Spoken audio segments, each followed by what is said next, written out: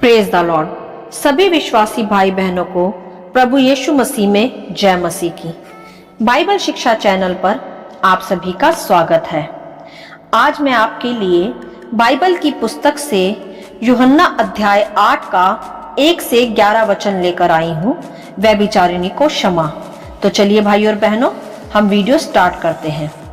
Bible दर्शाती है कि यीशु मसीह जैतून के पहाड़ पर गए, क्योंकि भाई और बहनों यीशु मसीह प्रार्थना के लिए जैतून के पहाड़ पर अक्सर जाया करते थे। तो उस दिन भी वे वहां जैतून के पहाड़ पर गए। तब आगे हम देखते हैं कि जब भोर हुई तो वह फिर मंदिर में आए। इसका मतलब भाई और बहनों कि यीशु मसीह रात भर जैतून के पहाड़ पर प्रार्थना किया करते थे। तत्पश्चात वह मंदिर में जाया करते थे, जो कि एक प्रचार के लिए उनका स्थान था। तथा जब वह उपदेश देने या प्रचार करने जाते थे, तब उससे पहले वह रात भर प्रार्थना में अपने पिता से अर्थात यहोवा परमेश्वर से आत्मा में प्रार्थना कर सामर्थ को प्राप्त करते थे, पवित्र आत्मा से भरते थे। तब ही वह वहां प्रचार या उपदेश और लोगों को आत्मा से भर के दिया करते थे। इसी प्रकार मेरे प्रियो, हमें भी प्रार्थना में परमेश्वर से सामर्थ को प्राप्त करना चाहिए, पवित्र आत्मा की सहभागिता में बना रहना चाहिए। तब आगे हम देखते हैं कि जब वह जैतून के पहाड़ से भोर को मंदिर में आए, तब सब लोग उनके पास इकट्ठा हो गए तथा बैठकर उनके उपदेशों को सुनने लगे। तब वहां शास्त्री और फरीसी लोग जो थे, जो यीशु के विरोध में ही लगे रहते थे, वे वहां एक स्त्री को लाए जो व्यभिचार में पकड़ी गई थी। व्यभिचार के विषय में तो आप सभी लोग जानते हैं। वह स्त्री भी व्यभिचार अर्थात एडल्ट्री में पकड़ी गई थी। उसी स्त्री को शास्त्री फरीसी यीशु के सामने लाए तथा उस स्त्री को बीच में खड़ा करके यीशु से कहने लगे कि हे गुरु, यह स्त्री व्यभिचार करते पकड़ी गई है। मूसा ने व्यवस्था के आधार पर हमें यह आज्ञा दी है कि ऐसी स्त्रियों पर पथराव करें। अतः तो इस स्त्री के विषय में क्या कहता है? क्योंकि भाई और बहनों, शास्त्री फरीसी तो व्यवस्था की पुस्तकों को ही मानते थे, उसी का ढोल पीटते रहते थे, चाहे वह खुद उस पर चले या ना चले, मन फिराए या ना फिराए, बस उन्हें व्यवस्था की नॉलेज थी। इसीलिए वह खुद को बहुत ही ज्ञानवान समझते थे। इसीलिए आगे लिखा भी है कि उन्होंने उसको परखने के लिए अर्थात यीशु मसीह को परखने के लिए यह बात पूछी, ताकि उसकी कमी निकालकर उस पर दोष लगा सके। क्योंकि पहले से ही शास्त्री फरीसी यीशु में दोष निकालते रहते थे, क्योंकि यीशु के पास भीड़ इकट्ठा रहती थी तथा उसके सच्चे उपदेशों को सुनकर व्यवस्था की गुलामी से छूट दी जाती थी। अर्थात अब भीड़ फरीसियों के पास नहीं, यीशु के पास इकट्ठा होती थी। तो फरीसियों को यह डर था कि यीशु मसीह उनके रिवाजों प्रथाओं को बदल देगा तो उनका साम्राज्य समाप्त हो जाएगा, जो प्रथाओं का व्यवस्था का गुलाम था, जो केवल ज्ञान रखने वाला, ढोंग करने वाला, सत्य को ना जानने वाला, ना ही मन फिराने वाला था। वह तो पूरी तरह पुरानी वाचा की व्यवस्था की प्रथाओं के गुलाम थे, अर्थात रिवाजों के भी, जिसे अब यीशु मसीह तोड़ने आया था अपने सत्य के मार्ग से तथा अपने बलिदान के द्वारा। तब आगे हम देखते हैं, फरीसियों के यह प्रश्न को पूछने के पश्चात यीशु वहीं झुककर उंगली से भूमि पर लिखने लगा। भूमि पर उंगली से लिखने के विषय बाइबल विस्तार से नहीं दर्शाती मेरे प्रियो, परंतु परमेश्वर के अनुग्रह तथा ज्ञान से मैं ऐसा समझती हूँ कि प्रभु यीशु मसीह उस घड़ी फरीसियों के सामने भूमि पर झुककर अपनी उंगली से, जो सामर्थी परमेश्वर की उंगली थी, उससे वह पुरानी व्यवस्था की गुलामी की प्रथाओं की बाउंडेजेस को मिटा रहे थे तथा एक नई वाचा, एक नई व्यवस्था को वहां लिख रहे थे, जो अब यीशु की नई वाचा थी, पापों से क्षमा की तथा उद्धार की।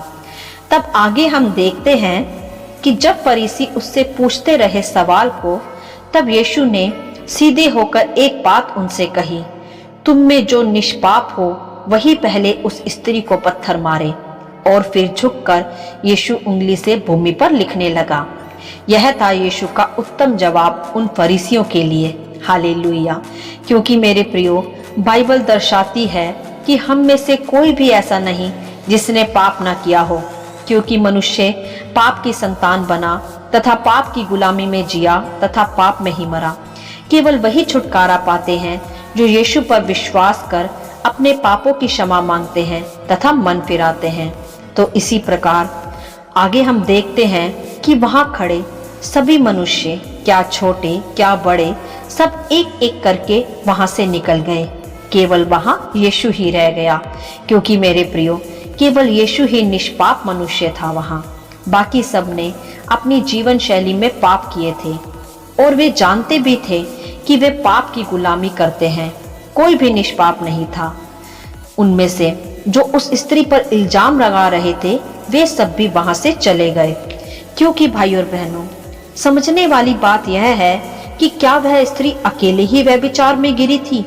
उसके साथ कोई दूसरा मनुष्य नहीं था? क्योंकि स्त्री व्यभिचार में थी यह सत्य है, परंतु क्या और मनुष्य भी उसके साथ पाप में नहीं शामिल थे?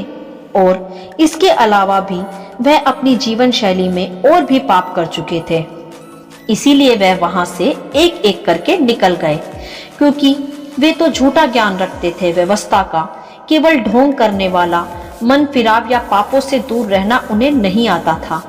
वे तो केवल यीशु को फंसाना तथा उस पर दोष लगाना चाहते थे, परंतु वह नहीं जानते थे कि जिस पर वह दोष लगाना चाहते हैं वे तो सर्वज्ञानी परमेश्वर का ही स्वरूप था, जो सब कुछ जानता है, जो हर एक पापों को मिटाने तथा व्यवस्था की प्रथाओं के अंधविश्वास से ही छुड़ाने वहां आया था, जिसमें कई वर्षों से मनुष्य फंसा हुआ था परंतु मन नहीं फिराता था। तब आगे हम देखते हैं कि फिर यीशु ने सीधे होकर उस स्त्री से कहा कि हे नारी, वे सब कहाँ गए? क्या किसी ने तुझ पर दंड की आज्ञा ना दी? ऐसा सवाल यीशु ने फिर वहां उस स्त्री से किया। तब उस स्त्री ने उत्तर दिया कि हे प्रभु, किसी ने नहीं। फिर यीशु ने उससे कहा कि मैं भी तुझ पर दंड की आज्ञा नहीं देता, जा और फिर पाप ना करना। हालेलुया। क्योंकि मेरे प्रियो, यीशु मसीह पापों की क्षमा का दाता खुद ही उस स्त्री के सामने खड़ा था, तो वह दंड कैसे देता? वह तो दयालु परमेश्वर है। और जब उसने कहा कि जा फिर पाप ना करना, तो इसका तात्पर्य यही है मेरे प्रियो कि प्रभु ने उसके पापों को क्षमा कर दिया तथा फिर उसे मन फिराव का तथा पाप की गंदी गुलामी से बाहर आने का मार्ग भी बताया, जिससे कि वह फिर से पाप की गुलामी में ना जाए। और बाइबल दर्शाती भी है कि इस स्त्री ने महंगी इत्र की बोतल, जिसे लगाकर वह दूसरे मनुष्यों को आकर्षित करती थी, मतलब गलत काम करती थी, उसी बोतल को आगे चलकर उस स्त्री ने यीशु के पैरों पर तोड़ दिया तथा और अपने बालों से यीशु के पैरों को पोंछा था। अर्थात उस स्त्री ने फिर कभी पाप नहीं किया था। यह सत्य है मेरे प्रियो, जो भी सच्चे मन से यीशु को स्वीकार करता है वह फिर पाप की गुलामी से छूटता जाता है तथा उसे परमेश्वर का अनुग्रह भी प्राप्त होता है पापों से मन फिराने के लिए, जैसे उस स्त्री को भी मिला। हालेलुया। तो मेरे प्रियो, हमें भी पहले अपने आप को जांच लेना चाहिए तथा किसी दूसरे मनुष्य पर खुद से दोष नहीं लगाना चाहिए, ना ही खुद को झूठी धार्मिकता का गुलाम बनाना चाहिए। सदा अपने हृदय को परमेश्वर की वेदी के सामने शुद्ध ले जाना चाहिए तथा हमें अपने सभी पापों से अपने परमेश्वर के सामने क्षमा मांगनी चाहिए, जिससे हम हर एक झूठी गुलामी से छूट पाएं तथा मन फिराव कर सच्चाई के मार्ग पर आगे चल पाएं, क्योंकि हमारे परमेश्वर के पास ही हमारे सभी पापों की क्षमा है। केवल वही एक परमेश्वर है जो हमारे सभी पापों के लिए बलिदान हुआ और कोई नहीं। और जब वह हमें हमारे पापों से क्षमा करता है तब वह हमें अनुग्रह भी प्रदान करता है आगे हमें पापों से मन फिराने के लिए। यही है सच्चे परमेश्वर की दया तथा उसकी सामर्थ जो वह क्षमा के रूप में हमें देता है, चाहे हमारे कितने भी बड़े पाप क्यों ना हो। तो मेरे प्रियो, पूर्ण रीति से हमें अपने पापों से मन फिराकर परमेश्वर से क्षमा मांगनी है, चाहे हम कितनी भी पाप की गुलामी में ही क्यों ना हो। वह दयालु करुणा निधान परमेश्वर हमें अवश्य क्षमा करता है तथा फिर पापों से मन फिराव की आत्मा भी अपने अनुग्रह से हमें प्रदान करता है, जैसे उसने उस व्यभिचारिणी स्त्री को भी क्षमा किया। हालेलुया। आशा करती हूँ इन वचनों का संक्षिप्त विवरण आप सभी को समझ में आया होगा। परमेश्वर आपको अपनी पवित्र आत्मा की भरपूरी से सदा भरता रहे।